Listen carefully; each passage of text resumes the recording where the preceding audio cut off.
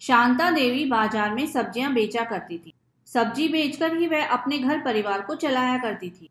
शांता को अक्सर अपनी बेटी की शादी की चिंता सताया करती थी। उसकी बेटी मनीषा अब जवान हो चुकी थी। उसकी उम्र 19 से 20 वर्ष की थी और शांता को इतनी सी ही उम्र में ही अपनी बेटी की शादी की चिंता होने लगती है।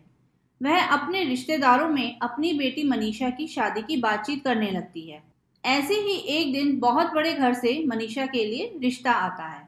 शांता देवी बहुत खुश होती हैं और वह अपनी बेटी से शादी के बारे में बात करती हैं। अरे मनीषा, तेरे लिए बहुत बड़े घर से रिश्ता आया है। अरे राज करेगी तू, राज। उस घर में पैसों की कोई कमी नहीं है। लड़का भी डॉक्टर है, डॉक्टर। मैं तो कहती हूँ अब मुझे बहुत मेहनत करनी पड़ेगी ताकि मैं तेरी शादी अच्छे से कर पाऊँ। बहुत खर्चा होगा तेरी शादी में। माँ, वह लड़का तो डॉक्टर है, लेकिन मैं क्या हूँ, बस 12वीं पास। अरे, तो पत्नी हमेशा पति से कम होती है। अगर तेरा पति डॉक्टर है और तू 12वीं पास है तो ठीक है ना। तुझे जिंदगी भर अपने पति के आगे झुककर ही तो रहना है। इसलिए अगर तू कम पढ़ी लिखी भी है तो भी चलेगा। तेरी फोटो उन लोगों ने पसंद कर ली है। अब कुछ दिनों में वे तुझे देखने के लिए आएंगे। माँ, आपने इतना सब कुछ कर दिया, लेकिन मुझसे एक बार भी नहीं पूछा। माँ, मुझे शादी नहीं करनी, अभी मुझे डॉक्टर बनना है। मेरे भी कुछ सपने हैं जिसे मैं पूरा करना चाहती हूँ। फिल्मी बातें मत कर मनीषा। तुझे तो पता ही है कि हमारी औकात क्या है। मेरे पास इतने पैसे नहीं हैं कि मैं तुझे डॉक्टर की पढ़ाई करा पाऊँ। और वैसे भी अकेले ही मैंने तुझे पाला पोसा है और इतना बड़ा किया है। तेरे पापा तो जब तू 2 साल की थी तभी हमें छोड़कर चले गए थे। तब से लेकर अब तक मैंने तुझे अकेले ही पाला पोसा और इतना बड़ा किया। लेकिन माँ, फिर भी एक बार मेरे बारे में सोचो। एक बार अगर मैं डॉक्टर बन गई तो मेरे सपने भी पूरे हो जाएंगे, साथ ही हमारे सर से गरीबी भी हट जाएगी। देख, अगर तू चाहती है कि तेरी माँ शांति से बाजार में सब्जी बेचे और मेरी तबीयत को कोई नुकसान ना हो तो चुपचाप ये शादी कर ले। बेचारी मनीषा अपनी माँ के आगे ज्यादा बहस नहीं कर पाती क्योंकि उसे पता था कि उसके घर की परिस्थिति कैसी है। मजबूरी में उसे शादी के लिए हाँ ही करना पड़ता है। ऐसे ही एक रात शांता देवी अपनी रेडी लेकर घर की ओर आ रही थी कि रास्ते में उसे एक कद्दू दिखाई देता है। शांता देवी वह कद्दू उठा लेती हैं और अपनी रेडी पर रखकर अपने घर आ जाती हैं। रात में शांता कद्दू को धोकर थाली में रख देती हैं। लगता है किसी सब्जी वाली का यह कद्दू रास्ते में गिर गया था। चलो कोई नहीं, कहते हैं दाने दाने पर लिखा है खाने वाले का नाम, इसलिए मुझे यह कद्दू मिल गया। अब कल सुबह मैं कद्दू की सब्जी बनाऊंगी। थोड़ी देर बाद शांता अपनी बड़ी बहन आशा को फोन करती हैं और उससे कहती हैं, अरे दीदी, तुम्हें तो पता ही है मनीषा का रिश्ता पक्का हो गया है और इसलिए मुझे थोड़े बहुत पैसों की जरूरत पड़ेगी। तो अगर आप थोड़ी बहुत मदद कर देती तो अच्छा हो जाता हमारे लिए। आपको तो पता ही है अकेले ही मैंने सब कुछ किया। अब शादी के समय में मुझे आप लोगों की थोड़ी बहुत मदद चाहिए। एक लड़की की शादी करना आसान नहीं होता ना। बात तो तेरी सही है, लेकिन तुझे तो पता ही है अब तेरे सर पर आदमी का साया है नहीं। तू सब्जी बेच बेच कर लोगों का कर्ज कब तक चुका पाएगी, और चुका पाएगी भी या नहीं कुछ पता नहीं। इसलिए लोग कर्ज देने में भी 50 बार सोचेंगे तुझे। बाकी तू चिंता मत कर, मैं तेरे जीजा जी से बात करूंगी। अगर वह तुझे पैसे देने के लिए तैयार हो जाएंगे तो मुझे कोई दिक्कत नहीं है। अरे दीदी, तुम भी ऐसी बातें कर रही हो। मनीषा के पापा उस समय छोड़कर गए थे जब मनीषा बहुत छोटी थी और आज मनीषा 20 साल की हो चुकी है। मैंने कभी किसी से कोई मदद नहीं ली। अरे वह बात ठीक है, लोग कर्जे भी उसे ही देते हैं जो कर्ज चुकाने के लायक हो। अब तुम्हारी स्थिति देखकर ऐसा नहीं लगता कि तुम कर्ज चुका पाओगी। बाकी फिर भी एक बहन होने के नाते मैं तुम्हारे जीजा जी से बात करूंगी। और अभी रात भी काफी हो चुकी है तो हम कल बात करते हैं। इतना बोलकर आशा फोन काट देती है। शांता को बहुत बुरा लगता है। थोड़ी देर में शांता खाना खाकर सो जाती है। अगली सुबह शांता जैसे ही कद्दू को काटने वाली थी कि तभी कद्दू से आवाज निकलती है। अरे अरे रहम करो मुझ पर, तुम मुझे काटने जा रही हो। तुम्हें मुझ पर दया नहीं आती क्या? तुम तो बोलते हो तुम कोई आम कद्दू नहीं हो। हाँ, मैं एक जादू कद्दू हूँ। प्लीज मुझे मत काटो। भले ही मैं जादुई हूँ, लेकिन दर्द तो मुझे भी होता है। माफ करना, मुझे नहीं पता था कि तुम जादुई हो, वरना मैं तुम्हें नहीं काटती। कोई बात नहीं, वैसे मैं बहुत गंदा हो चुका हूँ। क्या तुम मुझे फिर से नहला दोगी? हाँ, क्यों नहीं, तुम तो बहुत प्यारे हो, मैं तुम्हें अभी नहला देती हूँ। शांता फिर से उस कद्दू को पानी से अच्छी तरह से धो देती है। थोड़ी देर बाद कद्दू शांता से बोलता है। अरे वाह, अब तो मुझे बहुत अच्छा लग रहा है। वैसे तुमने मेरी मदद की है और बदले में मैं तुम्हें कुछ देना चाहता हूँ। अरे, तुम खुद इतने छोटे से हो, तुम मुझे क्या दोगे? अरे मेरे छोटेपन पर मत जाओ। मैंने तुम्हें बताया ना कि मैं एक जादुई कद्दू हूँ। मैं तुम्हारी सभी इच्छाओं को पूरा कर सकता हूँ। इतना बोलकर वह जादुई कद्दू शांता को 10-15 सोने के सिक्के दे देता है। सोने के सिक्के देकर शांता बोलती है। अरे, सोने के सिक्के? सच में तुम तो जादुई कद्दू हो। तुम्हें नहीं पता तुमने मुझे क्या दिया है। इस सोने के सिक्के से मैं अपनी बेटी की शादी के लिए कुछ जेवर बनवा सकती हूँ। मैंने कहा था ना कि मैं एक जादुई कद्दू हूँ और तुम्हारी मदद करूँगा। लो, अब इन सोने के सिक्कों से तुम अपनी बेटी के लिए जेवर बनाओ या फिर उसकी पढ़ाई में लगाओ। सब कुछ तुम्हारे ऊपर है। शांता बहुत खुश होती है। अगले दिन शांता वह सोने के सिक्के सुनार की दुकान पर ले जाकर बदले में अपनी बेटी के लिए बहुत सारे जेवर बनवा कर ले आती है। घर जाकर शांता अपनी बेटी को जेवर दिखाती है, जिसके बाद मनीषा बोलती है। माँ, मेरे लिए इन चीज़ों का कोई मूल नहीं है। अगर आपकी खुशी इसी में है तो यही सही। आप अपनी खुशी के लिए कुछ भी बनवाओ, मुझे क्या मतलब इन चीज़ों से। मेरे सपने तो अब पूरी तरह से टूट चुके हैं। बेटा, एक लड़की का फर्ज होता है कि वह अपने माँ बाप की इज्जत रखे। तुझे तो पता ही है कि अब तेरा रिश्ता पक्का हो चुका है। अब किसी भी कीमत पर तुझे शादी करनी पड़ेगी। ऐसे ही कुछ दिन बाद मनीषा की सगाई हो जाती है। ससुराल वाले और शांता देवी दोनों आपसी सहमति से मनीषा की शादी का दिन भी पक्का कर देते हैं। 1 महीने बाद मनीषा की शादी होने वाली थी। घर में अब खुशियों का माहौल था। चारों तरफ चहल पहल थी। मुझे तो अपनी बेटी के लिए कपड़े भी लेने हैं बहुत सारे, जमाई के लिए गाड़ी भी लेनी है, बहुत सारा काम करना है। अकेले क्या क्या करूं, कुछ समझ में नहीं आ रहा। मनीषा अपने कमरे में उदास बैठी थी। कद्दू बहुत देर से मनीषा को देख रहा था। थोड़ी देर में जब शांता कद्दू के पास जाती है, तब कद्दू शांता से बोलता है। वैसे तुम अपनी बेटी के साथ नाइंसाफी कर रही हो। तुम्हें पता है तुम्हारी बेटी शादी से खुश नहीं है। तो क्या तुम्हारे लिए समाज की 4 बातें ज़्यादा ज़रूरी है या अपनी बेटी की खुशी? मैं जानती हूँ कि मेरी बेटी इस शादी से खुश नहीं है, लेकिन मुझे इतना पता है कि जब वह उस घर में शादी करके जाएगी ना, तो बहुत खुश रहेगी। उस घर में उसे किसी भी चीज की कोई कमी नहीं है।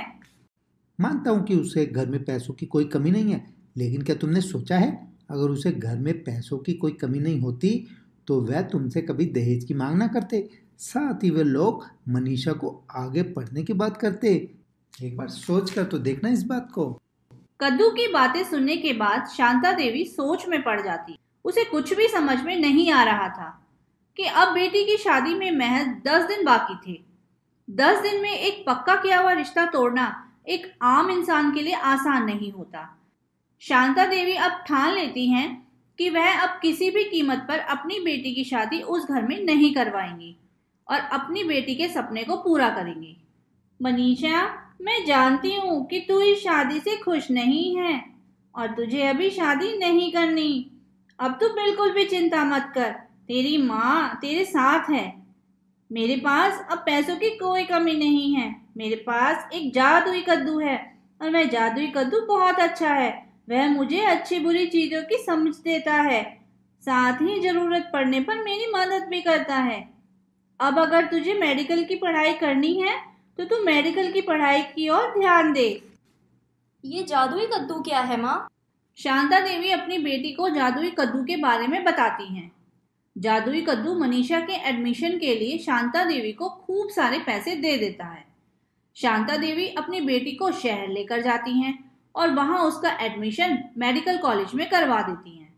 मनीषा को रहने के लिए वहां पर हॉस्टल भी मिल जाता है। इतना सब कुछ होने के बाद शांता देवी गांव वापस आ जाती हैं। गांव आने के बाद हर कोई शांता देवी का मजाक बना रहा था। अरे शांता देवी की बेटी में ही कोई कमी होगी, या फिर कोई इसकी बेटी का कहीं कुछ ना कुछ चक्कर चल रहा होगा, तभी तो अचानक से शादी टूट गई। और ये देखो, अब तो मनीषा दिखाई भी नहीं देती। हमें तो ये लग रहा है कि वो किसी लड़के के साथ भाग गई है। शांता देवी चुप रहती हैं। वह किसी को भी जवाब देना जरूरी नहीं समझती। वह चुपचाप वहां से घर आ जाती हैं। ऐसे ही लगभग 5 साल बीत जाते हैं। 5 साल बाद मनीषा एक डॉक्टर बनकर एक लंबी सी गाड़ी में अपने गांव वापस आती है। अपनी बेटी की यह तरक्की देखकर शांता देवी की आंखों में आंसू आ जाते हैं। गांव वालों की आंखें भी फटी की फटी रह जाती हैं। यह वही गांव वाले थे जो एक टाइम पर मनीषा के चरित्र पर उंगली उठा रहे थे। अब हर कोई मनीषा की इस कामयाबी पर उसकी तारीफ कर रहा था। एक समय की बात है, जादुई सब्जी की नगरी में जादुई रानी भिंडी के साथ बहुत सारी भिंडियां रहती थी। रानी भिंडी कोई काम नहीं करती थी। वह हमेशा हर किसी को किसी न किसी काम में लगाए रखती थी, जिस कारण बाकी की सारी भिंडी रानी भिंडी से चिढ़ने लगी थी। उन्हीं भिंडियों में से 2 भिंडी रानी की खास भिंडी थी, जिनका नाम पुष्पा और कमला था। लेकिन वह दोनों भी रानी भिंडी को पसंद नहीं करती थी। वह हर समय बस चापलूसी करती थी और पीठ पीछे बुराई। रानी भिंडी, आजकल महल में आपके लिए काफी उल्टी सीधी बातें बोली जा रही हैं। हाँ रानी भिंडी, सब अधिकतर आपकी चुगली करते रहते हैं और कहते हैं कि रानी भिंडी को कोई और काम तो आता नहीं, बस पूरा दिन हम लोगों को इधर से उधर नचाती रहती है। कसम से आपके बारे में ऐसी बातें सुनकर तो मेरा खून खौल जाता है। पर मुझे इन सब बातों से कोई फर्क नहीं पड़ता, क्योंकि मैं जानती हूँ कि मुझे कौन सा काम कब करना है और किसको क्या काम देना है। अब तुम दोनों भी इधर उधर की बातें सुनने से ज़्यादा अच्छा है कि अपने काम पर ध्यान दो। कमला और पुष्पा वहां से चली जाती हैं। कभी कभी तो मेरा दिल करता है राजगद्दी से नीचे फेंक दूं इसको। मेरा तो मन करता है कहीं ले जाकर सुनसान जगह में छोड़ाऊं इसको। पता नहीं खुद को क्या समझती है। लेकिन जितना सब लोग रानी भिंडी को बुरा बताते थे, रानी भिंडी बिल्कुल भी वैसी नहीं थी। वह सबके प्रति दया भाव रखती थी, लेकिन रोज रोज अपने बारे में किसी न किसी से बुराई सुनते सुनते रानी भिंडी को बुरा लगने लगा और एक दिन वह चुपचाप सबको बिना बताए वहां से चली जाती है। काफी खोजबीन की जाती है, लेकिन रानी भिंडी कहीं नहीं मिलती। कुछ समय बाद सब्जी की जादुई नगरी में अराजकता फैल जाती है। सभी भिंडी अपनी अपनी मर्जी से काम करने लगी और पूरा दिन आराम करती। सारे राज्य का पूरा सिस्टम बिगड़ गया। कुछ दिन तक सब लोगों ने रानी भिंडी की खोज की, फिर उसके बाद सब लोग शांत हो गए और उधर रानी भिंडी पृथ्वी पर पहुंच गई। पृथ्वी पर अजय नाम का एक 11 साल का बच्चा अपने परिवार के पालन पोषण के लिए सब्जी बेचने का काम करता था। उसके परिवार में उसकी बीमार माँ और एक बहन थी। अजय के पिताजी भी सब्जी बेचने का काम करते थे। अजय उनके साथ मंडी जाकर सब्जी लेकर आया करता था, इसलिए बहुत छोटे से ही सारे काम सीख गया था और पिता के निधन के बाद अब वह सब्जी बेचने का काम कर रहा था। बेटा, आज तो बहुत तेज धूप है, एक काम करो, शाम को चले जाना। नहीं माँ, मैंने बाबा से सीखा था अपना काम समय पर करना चाहिए। आंधी तूफान बारिश कुछ भी आ जाए, लेकिन काम पर जाने के लिए कभी कोई बहाना नहीं होना चाहिए। जानती हूँ बेटा, तुम्हारे बाबा तो कभी भी छुट्टी नहीं करते थे, पर वो बड़े थे, सब कुछ संभाल लेते थे। तुम अभी बच्चे हो, इतनी गर्मी में तुम्हें परेशानी होगी। नहीं माँ, कोई परेशानी नहीं होगी। मैं अपने साथ वो छतरी लेकर जा तो रहा हूँ।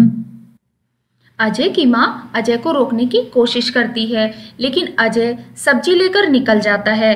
उसकी छोटी बहन उसे बाहर तक बाय करने के लिए आती है। अजय अपनी बहन से बहुत प्यार करता था। रात को आते समय वह उसके लिए टॉफी जरूर लाता था।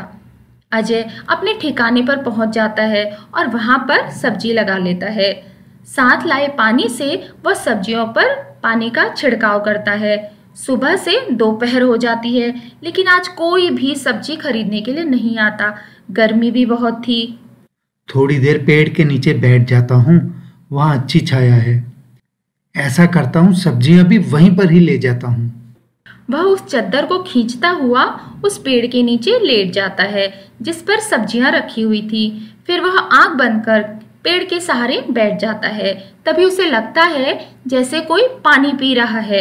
वह देखता है एक भिंडी जो बहुत ही चमकीली हरे रंग की थी, उसकी बोतल से पानी पी रही है। अजय 2-3 बारी अपनी आंखें मलकर देखता है और उसे यकीन नहीं होता कि भिंडी बोतल से पानी पी रही है। ओहो, मैं तो पानी ढूंढ ढूंढ कर थक चुकी हूँ। तुम कौन हो? लग तो भिंडी जैसी रही हो। हाँ, मैं भिंडी हूँ, लेकिन मैं कोई आम भिंडी नहीं हूँ। मैं एक जादुई रानी भिंडी हूँ। रानी भिंडी?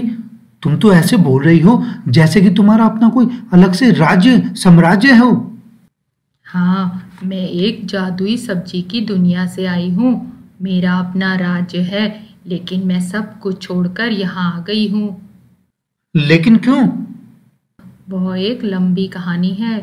तुम बताओ बच्चे, तुम यहाँ इतनी गर्मी में क्या कर रहे हो? मेरी तो ये छोटी सी सब्जी की दुकान है।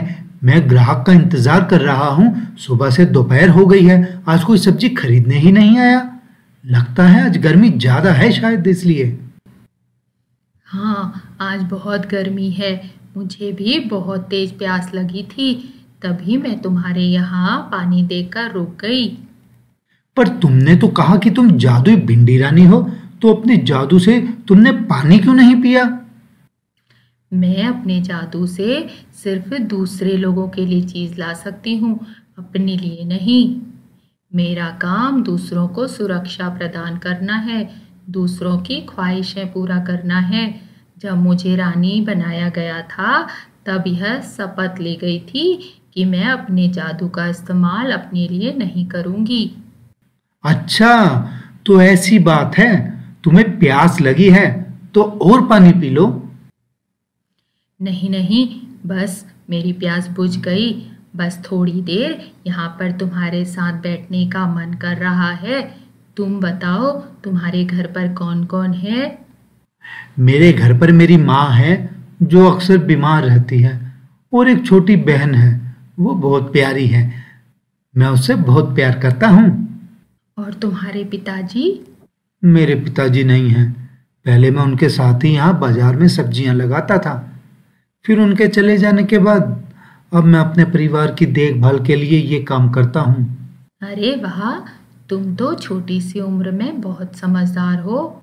इधर रानी भिंडी अजय से बात कर रही थी और वहां जादुई सब्जी नगरी पर एक जादूगर आक्रमण कर देता है और तब सारी भिंडियों को अपनी रानी भिंडी की बड़ी याद आती है। अपने नगर का दरवाजा तो बंद कर दिया, लेकिन यह जादूगर तो बहुत ही ताकतवर है। वह दरवाजा अपने जादू से खोल ही लेगा। इस समय रानी भिंडी को यहाँ होना चाहिए था। सही कह रही हो तुम। जब रानी भिंडी यहाँ पर थी तो किसी की हिम्मत नहीं थी कि हमारे राज्य की तरफ आंख उठाकर भी देख ले। अब तो मैं सबको बोल कर आई हूँ, लेकिन कोई भी मेरी बात नहीं सुन रहा। कोई खेल रहा है, कोई सो रहा है, सब अपनी मर्जी से जी रहे हैं। अगर यही हाल रहा तो हमारा राज्य तो खत्म हो जाएगा। तभी एक बूढ़ी भिंडी वहां पर आती है। तुम लोग उसके पीछे से उसकी इतनी बुराइयां करते थे, वह बेचारी तुम लोगों से तंग आकर चली गई। अगर वह समय पर नहीं आई तो हमारा तो सब्जी का नगर खत्म हो जाएगा। उधर जादूगर रानी के किले को भेद नहीं पाता। फिर वह अपने जादू से नगर के दरवाजे के नीचे पानी छोड़ देता है। धीरे धीरे नगर में पानी बढ़ने लगता है। यह देखकर सारी भिंडियां रानी भिंडी को याद करने लगती हैं। उधर रानी भिंडी अजय के पास, मैं बहुत दिनों के बाद किसी अच्छे इंसान से मिली हूँ। तुम बहुत अच्छे हो अजय। मेरा दिल कर रहा है कि मैं तुम्हें कुछ ऐसा दूं जिससे तुम्हारी सारी परेशानियां खत्म हो जाएं और तुम पढ़ाई पर ध्यान दो। पढ़ना तो मैं भी चाहता हूँ। 1 साल हो गया मुझे स्कूल छोड़े हुए। मेरा बहुत मन करता है कि मैं पढ़ाई करूँ, लेकिन घर की जिम्मेदारियों की वजह से ये संभव नहीं है। अजय की बात सुनकर रानी भिंडी को अपना नगर याद आने लगता है। उसकी आंखों में आंसू आ जाते हैं। यह देखकर अजय कहता है, अरे तुम तो रोने लगी, क्या हुआ? तुम देखो, अपनी पढ़ाई छोड़कर अपनी जिम्मेदारियां निभा रहे हो और मैं अपनी जिम्मेदारियां छोड़कर यहाँ चली आई। पता नहीं अब मेरे नगर का क्या हाल होगा। तो इसमें इतना सोचना क्या है? वो नगर तुम्हारा है, नगर वाले तुम्हारे हैं। घर में रहने पर भी तो खटपट होते ही है। तुम वापस चली जाओ। तुमने सही कहा, मैं अपनी जिम्मेदारियों से भाग नहीं सकती। बेशक कोई मेरे बारे में कुछ भी कहे। तुमने मेरी आंखें खोल दी नन्हे बालक। अब मैं अपने नगर जा रही हूँ, लेकिन उससे पहले मैं तुम्हें कुछ देना चाहती हूँ। नहीं नहीं, मुझे कुछ नहीं चाहिए। मना मत करो, मैं तुम्हें प्यार से दे रही हूँ, क्योंकि तुम्हारे साथ थोड़े से ही समय में मैंने बहुत कुछ सीख लिया कि हमें अपने परिवार के लिए बहुत सारी बातों को सहना पड़ता है। फिर जादुई रानी भिंडी अजय को एक सोने की भिंडी देती है और कहती है, जब भी तुम्हें ज़रूरत हो तुम इस भिंडी का इस्तेमाल करना। तुम्हारे पास सारी चीज़ें आ जाएंगी और तुम यह सब्जी बेचना छोड़कर अपनी पढ़ाई पर ध्यान दो और बड़े आदमी बनो। यह कहकर जादुई भिंडी वहां से चली जाती है। अजय भी अब खुश था। वह अपनी माँ को सब बात बता देता है और भिंडी उधर अपने राज्य में पहुंचती है तो बाहर जादूगर को देखकर वह सारा माजरा समझ जाती है। तभी वह अपनी जादुई शक्तियों से उस जादूगर से लड़ाई करती है। जादूगर भी बहुत ताकतवर था। वह बहुत कोशिश करता है कि रानी भिंडी को मार दे, लेकिन रानी भिंडी भी अपने नगर की रक्षा के लिए जादूगर से बराबर का मुकाबला करती है और जादूगर को मार डालती है।